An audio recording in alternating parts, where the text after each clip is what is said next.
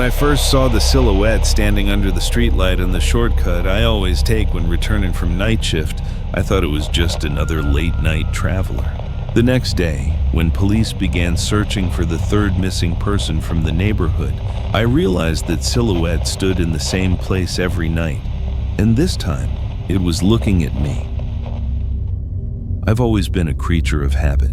Same apartment for 6 years, same accounting job at a finance company for 8, same black coffee and bagel every morning, same route home every night. Oakwood Heights isn't the most exciting suburb, but it's safe, affordable, and just a 20-minute walk from the office. My routine was unchanging until 3 weeks ago, when budget cuts meant longer hours for the remaining staff. Suddenly, I was leaving the office at 11 p.m., walking home through streets that were much emptier than I was used to. That's when I first noticed Streetlight 333.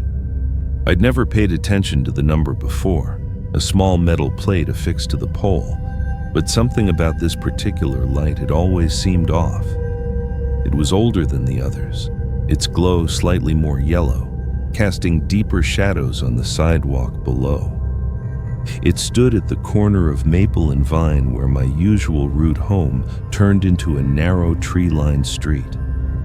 That first late night, as I approached the corner, I saw someone standing directly under the light.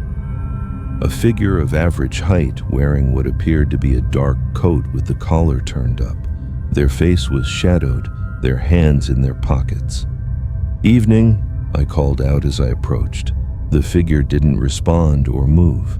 As I passed under the same pool of light, I felt a strange reluctance to turn my back on the stranger, but shook off the feeling. The next night, the figure was there again. Same position, same stillness. This time I didn't speak, just quickened my pace slightly as I passed. Something about their utter immobility disturbed me. No shifting weight, no checking phones, none of the small movements humans naturally make. By the third night, I was actively dreading that corner. Sure enough, the figure stood there again. This time, I crossed to the opposite sidewalk, avoiding the light entirely. As I hurried past, I glanced back, though I couldn't see their face. I had the distinct impression they could turn to watch me. The morning news disturbed my usual routine. A local resident, J.R. Meyer, had been reported missing. The newscaster mentioned it was the second disappearance from Oakwood Heights in the past month, following college student L. Reeves, who had vanished while walking home from a study session. I thought about the figure under Streetlight 333, but dismissed the connection. People stood at street corners all the time. It was just my night shift paranoia making ordinary things seem sinister. That evening, I stayed even later, struggling with month-end reports. It was nearly midnight when I finally headed home. The streets were completely deserted. As I approached the corner of Maple and Vine, my steps slowed. The figure was there again, waiting. I stopped a block away, considering my options. I could take the long way around, adding 15 minutes to my walk. I could call a rideshare, though my budget was already stretched thin. Or I could face my ridiculous fear and just walk past like a normal person. I chose the third option, squaring my shoulders and continuing forward. As I drew closer, I could make out more details. The figure wore a dark overcoat that reached below their knees. They had a hat pulled low, obscuring their features. Their posture was unnaturally straight. Just as I was about to pass the streetlight on the opposite side, the figure moved for the first time. Their head turned, tracking my movement. Though I couldn't see their eyes, I felt their gaze with such intensity that I broke into a run, continuing all the way to my apartment building. The next morning brought news that chilled me to the bone. A third disappearance. Ems Collins, last seen leaving his workplace around 11 p.m., the same time I was making my way home, the same neighborhood. I called in sick that day, using the time to research the previous disappearances. Reeves had vanished 3 weeks ago, around when I first started noticing the figure. J.R. Meyer 2 weeks ago. Both had last been seen at night, both within blocks of Maple and Vine. That evening, I took a different route home, one that avoided Streetlight 333 entirely. As I approached my building, I glanced down the street toward the intersection of Maple and Vine, just visible in the distance. Even from blocks away, I could see the figure standing motionless under the light. Monday came, and I couldn't avoid work any longer. I promised myself I'd leave early and take the long way home, but a crisis with a client's account kept me late again. By the time I finished, it was 10:30 p.m. As I walked the alternative route, I felt watched. About halfway home, I spotted a police car parked at the curb. 2 officers were talking to residents, showing photos, presumably of the missing people. I approached them, relief washing over me. "Officers, I think there's something you should know about." They were professional, but I could tell my story sounded unhinged. A mysterious figure standing under the same streetlight, night after night, coinciding with the disappearances. The younger officer took notes, while the older one asked if the figure had actually done anything threatening. "Not exactly," I admitted, "but it's wrong somehow. The way it stands, the way it watches." "We'll check it out, sir," the older officer said. "What's the streetlight number again?" 333, corner of Maple and Vine. They exchanged a look I couldn't interpret. "We'll drive by there tonight," the younger one promised. The next day at work, I mentioned the disappearances to my colleague, Rachel. "It's terrifying," she agreed. "My boyfriend lives in Oakwood Heights, and he's been walking me to my car every night. He said there's some weird urban legend going around about a streetlight." My blood ran cold. "What kind of urban legend?" "Something about Streetlight 333. Supposedly, if you see someone standing under it, you should never approach because they won't be there when you get close, and then you'll be marked or something." That night, the officers I'd spoken to pulled alongside me as I walked home. "Mr. Harrison, we checked out that streetlight you mentioned. Didn't see anyone suspicious, but we did notice the light itself is out. The whole corner's pretty dark now. Might want to avoid that area until the city fixes it." I thanked them, feeling a strange mix of relief and unease. "Any developments with the missing persons cases?" I asked. "Nothing we can discuss publicly," the older one said. "Just stay vigilant and try to avoid being out alone at night." That night, around 3 a.m., I went to my window which faced the street. A figure in a dark coat was walking slowly down the middle of the street. Their gait was odd, smooth, almost gliding. They stopped directly in front of my building, looking up, looking at my window. I jumped back, heart pounding. When I gathered the courage to peek out again, the street was empty. The next day, my colleague Rachel called to check why I'd been absent. "Oh, by the way, did you hear they found one of the missing people? That girl, Elle Reeves.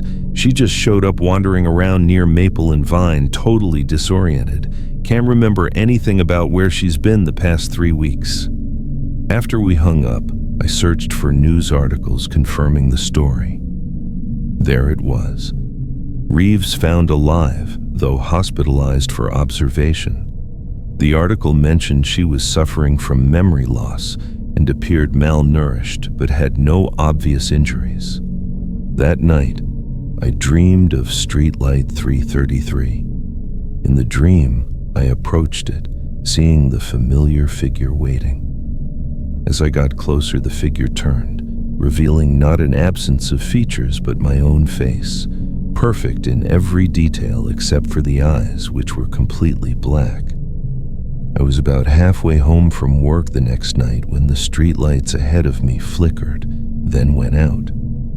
One by one, they darkened in sequence, moving toward me like a wave of shadow. I froze as darkness enveloped the street. Then a single light came back on about a block ahead. Even from a distance, I could make out the number plate, 3033. It wasn't possible. This wasn't even the right street. Yet there it was, the familiar yellow glow creating a perfect circle of light on the empty sidewalk. Empty at first. Then the figure appeared, stepping into the light as if emerging from the darkness itself. It stood motionless, staring in my direction. I turned to run back the way I'd come, but the street behind me had changed, morphed into an unfamiliar configuration. Somehow, every direction I looked led back to that pool of light and the waiting figure. With no other option, I approached slowly. As I got closer, I realized something had changed. It was wearing different clothes. Not the dark overcoat, but jeans and a green jacket. Collins had been wearing jeans and a green jacket when he disappeared. The figure raised its hand, beckoning me forward. Though still shadowed, I could now see its face, or rather, the suggestion of a face, fluid and unformed, like clay waiting to be molded. "What do you want?" My voice shook. That's when I noticed others emerging from the darkness. More figures, each wearing different clothing, each with that same unformed, almost face. 3 in total now, encircling the light. The missing people, all 3 of them. A car horn blared suddenly, and headlights illuminated the scene. The figures scattered, melting into the darkness with unnatural speed. It was Rachel, who'd come looking for me after a strange phone call I had no memory of making. At the police station, I insisted on speaking to the officers investigating the disappearances. I told them everything. The figure under streetlight 333, the connection to the disappearances, the impossible appearance of the light on a different street, the 3 figures I'd seen. They showed me photos of the 3 missing persons, Collins, Meyer, and a middle-aged woman I didn't recognize. "That's Collins and Meyer," I confirmed. But the 3rd person I saw was younger, a college-aged girl, Elle Reeves. "Mr. Harrison," the older officer said gently, "the 3rd missing person isn't named Elle Reeves. It's M. Winters." He tapped the photo of the middle-aged woman. "There's no missing person report for anyone named Elle Reeves." "But that's impossible. It was all over the news. I saw it." "Sir," the younger officer said, "the only 3 reported missing persons in Oakwood Heights are these individuals." "What about streetlight 333? I asked desperately. "Did you check it like you said you would?" "We did," the older officer confirmed. "There is no streetlight 333 in Oakwood Heights. The numbering in that area only goes up to 287. I insisted on showing them, pulled up the city's utilities map on my phone to prove it. But when I looked at the corner of Maple and Vine, the streetlight was indeed numbered 287. Back in my apartment, I pulled out every article I'd saved about the disappearances. To my horror, they had changed. Now they all mentioned Monsieur Collins, J.R. Meyer, and Monsieur Winters. No Elle Reeves. It was as if she had been erased, not just physically, but from recorded history itself.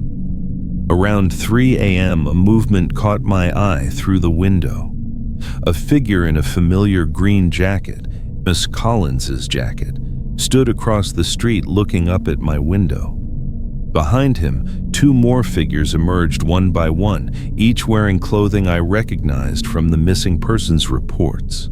But there was a 4th figure now joining them. This one wore clothes I recognized as my own, the blue shirt and gray slacks I'd worn to work earlier that week.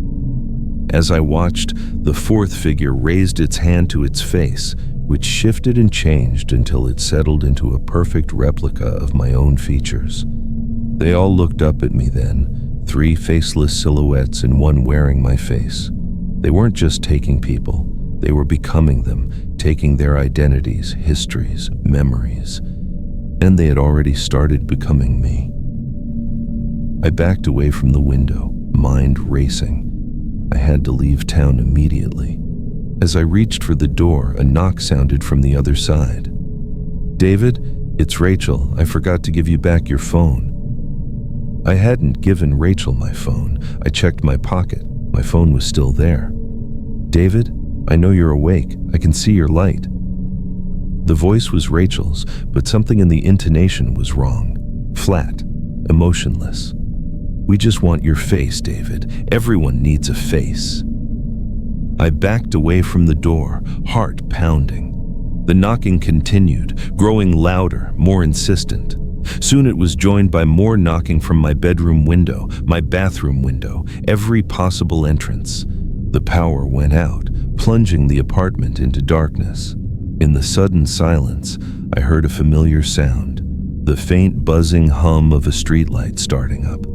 A yellow glow filtered through my closed blinds, impossible given my apartment's height. The knocking stopped, then Rachel's voice again, now coming from inside my apartment. "Time to join us, David, under streetlight 333, where everyone gets a new face." I'm writing this now, huddled in my bathroom, the only room with no windows. I can hear them moving through my apartment, searching for me. The yellow light seeps under the door, getting brighter. They're still missing faces, and yours might be next.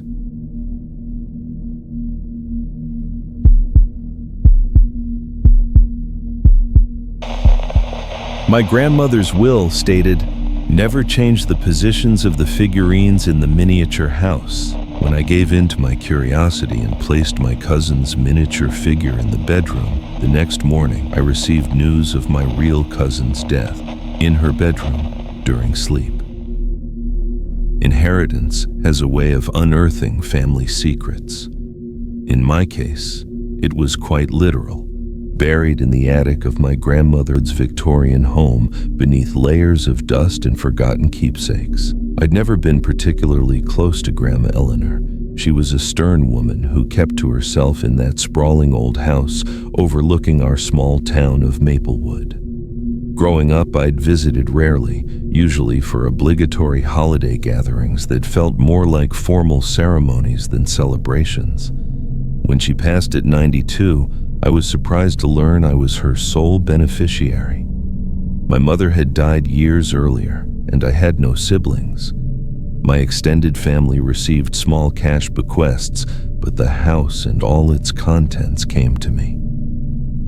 "She always had a soft spot for you, Claire," Aunt Patricia said at the funeral, her voice tinged with resentment, though heaven knows why. I wondered the same thing. As far as I could recall, Grandma Eleanor had shown me no special affection. The reading of the will included an unusual stipulation. Along with the house and modest savings, I would receive the family miniature house with all its contents and responsibilities. The lawyer handed me a sealed envelope. "Eleanor instructed me to give you this privately," he said. She was quite insistent. I opened it later that night. The letter inside, written in my grandmother's precise handwriting, was brief and puzzling. "Claire, the miniature house is now yours as it was once mine. The rules are simple. It must remain in the family home at all times. Never remove any of the original figurines. Never change their positions within the house. Keep it closed and covered when not in use. Never allow others to touch or manipulate the figurines. Disobey these rules at great peril. The miniature house is both gift and burden. Use it wisely." It took me 3 weeks to sort through the necessary paperwork and move into the house. Though I'd initially planned to sell it, I decided to live there temporarily while organizing Grandma Eleanor's affairs. I found the miniature house in the attic covered with a black velvet cloth. Even before unveiling it, I was struck by its size, nearly 4 feet tall and equally wide. When I carefully removed the covering, I gasped. It was an exact replica of the house I was standing in, down to the smallest detail. The exterior was a perfect miniature of the Victorian architecture. Inside, each room was meticulously furnished with tiny handcrafted versions of the actual furniture. The wallpaper matched. The tiny paintings were miniature copies of those hanging on the real walls. Most remarkable were the figurines, exquisitely detailed miniatures dressed in modern clothing. There were about a dozen placed throughout the house, each posed in different activities. I recognized my grandmother in the library, a tiny, perfect replica down to her silver hair and reading glasses. My mother as a young woman in the garden, my father in the study, aunts, uncles, cousins, all represented in perfect detail. Even I was there, a miniature Claire standing in the attic looking at something obscured by her tiny posture. I noticed a small leather-bound book tucked beside the miniature house. Opening it, I found a ledger with names, dates, and positions. My grandmother had meticulously documented every figurine and its location for what appeared to be decades. The final entry was dated the day before she died. Despite my uneasiness, I was drawn to the miniature house. Over the next few days, I found myself returning to the attic frequently to study the miniature version of the world I was inhabiting. I began to notice subtle changes. A tiny book moved from shelf to table, a miniature door slightly more ajar. A week after moving in, I received a call from Aunt Patricia. "Have you found it yet?" she asked without preamble. "Found what?" "The miniature house." Her voice was tight with something that might have been fear. "Has it shown you anything?" "What are you talking about?" She was silent for a moment. "Nothing. Forget I called." But before hanging up, she added, "Be careful, Claire. That thing destroyed my mother." That night, I brought a bottle of wine to the attic, determined to examine it more thoroughly. The miniature house seemed to glow in the dim light. I peered through the tiny windows, studying the placement of each figurine. My cousin Rebecca's miniature was in the kitchen, frozen in the act of opening a cabinet. I thought of Rebecca, now married with 2 children, living in Boston. We'd been close once, but had drifted apart. On impulse, I picked up her figurine, marveling at the detail, the tiny freckles, the exact shade of her auburn hair. Remembering my grandmother's warning, I carefully returned the figure to exactly the same spot. Then I noticed the miniature master bedroom with its tiny 4-poster bed perfectly made with a quilted coverlet. It looked so inviting. A thought struck me. If the miniature house had power over the real house, perhaps I could use it to make the master bedroom more welcoming. The wine had loosened my inhibitions. I moved Rebecca's figurine from the kitchen and placed it on the miniature bed as if she were sleeping there. "Sweet dreams, Rebecca," I whispered, closing the miniature house for the night. The next morning, I was awakened by my phone ringing insistently.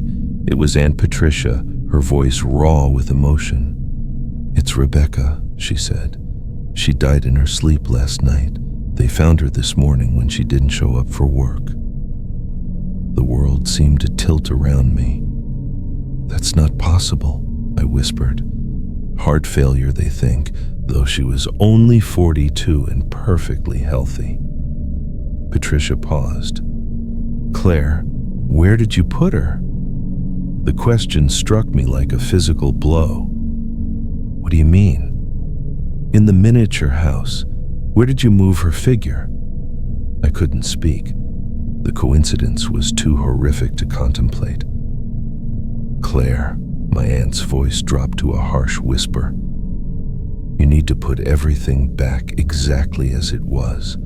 The miniature house doesn't create, It redirects. Whatever changes you make come at a cost. I raced to the attic, heart pounding. With shaking hands, I opened it. Rebecca's figure was no longer on the bed. It was back in the kitchen, exactly where it had been before I moved it. But something was different. The tiny figure was now lying on the kitchen floor rather than standing by the cabinet. This couldn't be real. It had to be coincidence or some elaborate scheme. But deep down, I knew. The miniature house had shown me its power in the most horrific way possible. Through tears, I searched the ledger more carefully. Reading between my grandmother's matter-of-fact documentation, I began to understand. The miniature house had been in the family for generations, always passed to a female heir. It didn't just represent the family. It was bound to us, reflecting and sometimes directing our fates. Moving a figure could change that person's location in real life with devastating consequences. My grandmother's notes documented several incidents, family accidents, sudden illnesses, relationship breakdowns, following adjustments to the miniature house. More terrifying was the realization that it knew what I'd done. It had restored Rebecca's figure to the kitchen, but altered its position to reflect her death. It was showing me the consequences of my actions. I called Patricia back, demanding answers. The miniature house chooses its caretaker, she explained. It's been in the family since the house was built. My mother tried to destroy it once after your grandfather died. She burned it in the backyard. The next day, it was back in the attic untouched, and your grandfather was still dead. Why didn't she warn me properly? I asked. Would you have believed her? Each caretaker has to learn the hard way. I'd hoped when Mother passed it would choose me, but it wanted you. It's always been drawn to the lonely ones. The truth settled over me. I was now bound to this house and its miniature counterpart, caretaker of my family's fates, whether I wanted the responsibility or not. As I documented each figurine's current position, I noticed one I hadn't seen before. A small figure tucked away in a corner of the attic inside the miniature house. Its face was indistinct, as if unfinished or deliberately blurred. In the weeks that followed, I learned the miniature house's patterns. The figurines moved on their own, mirroring the actual locations of family members. If I deliberately moved someone, their real-life counterpart would be compelled to that location, often with unpredictable results. I discovered I could influence small things safely. Moving Uncle Robert's figure from the porch swing to the garden resulted in him suddenly deciding to plant tomatoes. But significant changes, especially involving bedrooms, bathrooms, or basements, carried greater risks. These spaces represented vulnerability, transitions, boundaries. I've been the caretaker now for a few years. I've learned to use the miniature house sparingly and wisely. A small adjustment to bring a struggling relative some good fortune, a minor change to help someone make a better decision. I never make changes that affect free will or major life events. The price is too high. I've made my own addition to the rules my grandmother left me. Remember that the miniature house always collects its due. Every change requires balance.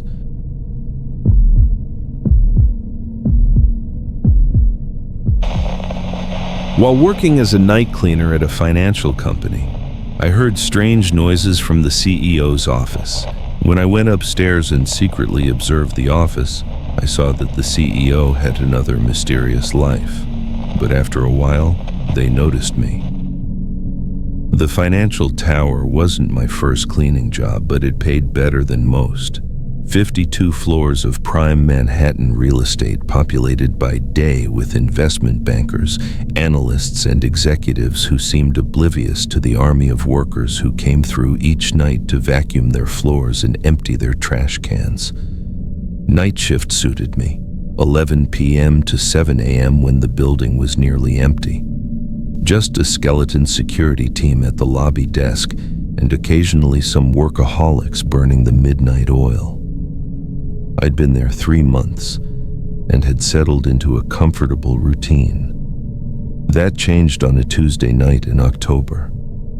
I was working my usual floors, 41 through 43, when I heard it. A strange rhythmic thumping coming from somewhere above me. At first, I thought it might be the HVAC system, but the pattern was too irregular. Most of the executive offices, including the CEO's suite, were on floors 50 through 52. Those areas were cleaned by a different team with higher security clearance. I'd never been up there myself. The sound continued growing louder, more insistent. Curiosity got the better of me.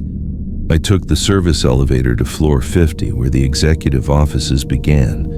The elevator required a key card, but mine worked, probably an oversight in the security system. The 50th and 51st floors were eerily quiet, but the thumping was still coming from above. When I reached the top floor, I knew I'd found the source of the noise. It was coming from behind a set of imposing double doors at the end of the hallway. The nameplate read, Alexander Northwood, CEO. I should have turned back then, but curiosity has always been my downfall. I approached quietly, thankful for the plush carpeting that muffled my footsteps. As I got closer, I noticed the door wasn't fully closed. A thin strip of light spilled out from a gap of perhaps half an inch. I hesitated, then slowly moved to position my eye at the gap. What I saw made no sense at first. Northwood's office was massive, with floor-to-ceiling windows offering spectacular views of nighttime Manhattan. But the furniture had been pushed to the edges, clearing a large space in the center where a group of people stood in a circle. In the middle was CEO Alexander Northwood himself. He wasn't wearing his usual impeccable suit. He was dressed in what looked like a simple white robe cinched at the waist. The others, perhaps 8 or 9 people, were similarly dressed. They were passing around a goblet, each taking a sip before handing it to the next person. Northwood stepped into the center of the circle and began to speak in a language I didn't recognize, something guttural and rhythmic. As he spoke, the others began a low humming that seemed to resonate through the floor beneath my feet. The CEO raised his hands and the lights dimmed further, leaving only candles illuminating the scene. Then Northwood removed his robe. I had to stifle a gasp. His body was covered in intricate tattoos, ancient-looking symbols that seemed to move in the flickering light. But more shocking was his back. Between his shoulder blades, something moved beneath his skin as if trying to push its way out. The humming grew louder as the others removed their robes as well, revealing similarly tattooed bodies. They began to sway in unison, moving in a slow, circular pattern around Northwood. I was witnessing some kind of ritual here in the CEO's office on the 52nd floor of one of Manhattan's most prestigious financial buildings. Northwood dropped to his knees, his back arched unnaturally. The thing beneath his skin was moving more violently, creating ripples across his tattooed flesh.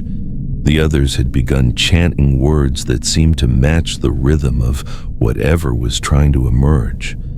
And then Northwood screamed, a sound so primal and agonized it chilled my blood. His back split open, but there was no blood. Instead, a darkness poured out like living smoke, thick and oily, forming a shape above him that I couldn't quite comprehend. One of the participants turned suddenly, looking directly toward the door. Our eyes met through the gap, and I saw her pupils expand until they swallowed the whites entirely. "Someone's watching," she said, her voice oddly distorted. Every head turned toward the door, including the dark shape hovering above Northwood. I ran. Behind me, I heard the doors burst open and voices calling out.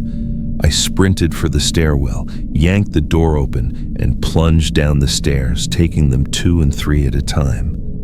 I exited on the 38th floor and hid beneath a desk. My phone showed it was just past 1 a.m., 6 hours until the first employees would arrive. I heard the stairwell door open. "He came this way," a voice said. "I can smell his fear." "Spread out," another commanded. "The emergence was interrupted. The joining is incomplete. We cannot allow him to leave with what he's seen." I risked a peek around the desk. What I saw wasn't human, not entirely. The shape resembled one of the executives I'd seen in the circle, but wrong in fundamental ways. Its proportions were distorted, limbs too long, torso too fluid. Its eyes, when it turned scanning the room, were solid black. I remembered the maintenance shaft, a narrow utility shaft that ran the height of the building. I had seen the access door during previous cleaning shifts. If I could reach it, I moved silently, weaving between desks and cubicles. The shaft access was in a small utility closet on the north side of the floor. Inside the closet, I found the metal panel secured with simple screws. My trembling fingers fumbled with my keyring's multi-tool. As the last screw came free, I removed the panel, revealing the maintenance shaft with metal rungs set into one wall. Just as I started to climb inside, the closet door flew open. One of them stood there, a woman I vaguely recognized as the chief marketing officer, though little remained of her human appearance. Her skin had a grayish cast, rippling slightly. Her eyes were black holes in her face. "Found you," she said in a multi-layered voice. I threw myself into the shaft, grabbing the rungs and scrambling downward. Above me, her arm extended impossibly, elongating as she grasped for me. I descended rung after rung, floor after floor. At floor 30, I heard noises from below, the same wet, slithering footsteps. I was trapped between pursuers. I exited onto the 30th floor, which was under renovation. The construction zone gave me an idea. The building's exterior window washing platform. If it was docked nearby, I might use it to descend. I found the access doors leading to the maintenance balcony, but they were locked with a keypad. In desperation, I grabbed a hammer from a nearby toolbox and smashed the keypad until the lock disengaged. On the narrow balcony, the window washing platform was secured to its docking station. I released the safety lock and hit the down button. With a mechanical whine, the platform began its descent. Then a hand appeared on the railing. Northwood was climbing over the edge, his body moving wrongly, joints bending in impossible directions. "The joining must be completed," he said. "You've seen too much, but you could still be useful. Join us, become part of something greater." "What are you?" I managed to ask. "We are the board. We have always been the board, guiding human enterprises from the shadows. Your CEO offered himself as vessel, seeking advantage through our consultation." He lunged for me. I ducked, hitting the emergency stop button. The platform jerked, throwing him off balance. I shoved him hard and he fell, but he didn't fall like a human. His body elongated, fingers extending into tentacle-like appendages that grasped at the building's facade. I hit the down button again. At the 20th floor, I spotted a partially open window. As the platform passed, I leapt for the opening, pulled myself through, and ran for the stairs. I burst into the lobby where 2 security guards looked up. "Help me!" I gasped. "Something's happening on the executive floors." Slowly, one guard removed his sunglasses. His eyes were solid black. "The board simply wishes to speak with you. You've seen too much to simply walk away, but there are opportunities for someone in your position." The stairwell door opened behind me. I was surrounded. At that moment, the lobby doors opened and a maintenance worker entered. Our eyes met, and I saw dawning comprehension. "Run!" I shouted. He shoved his cleaning cart at the nearest guard and bolted. I sprinted after him, bursting onto the street. We ducked into the subway as our pursuers emerged from the building. I don't know if we're safe. Don't know how far their influence extends.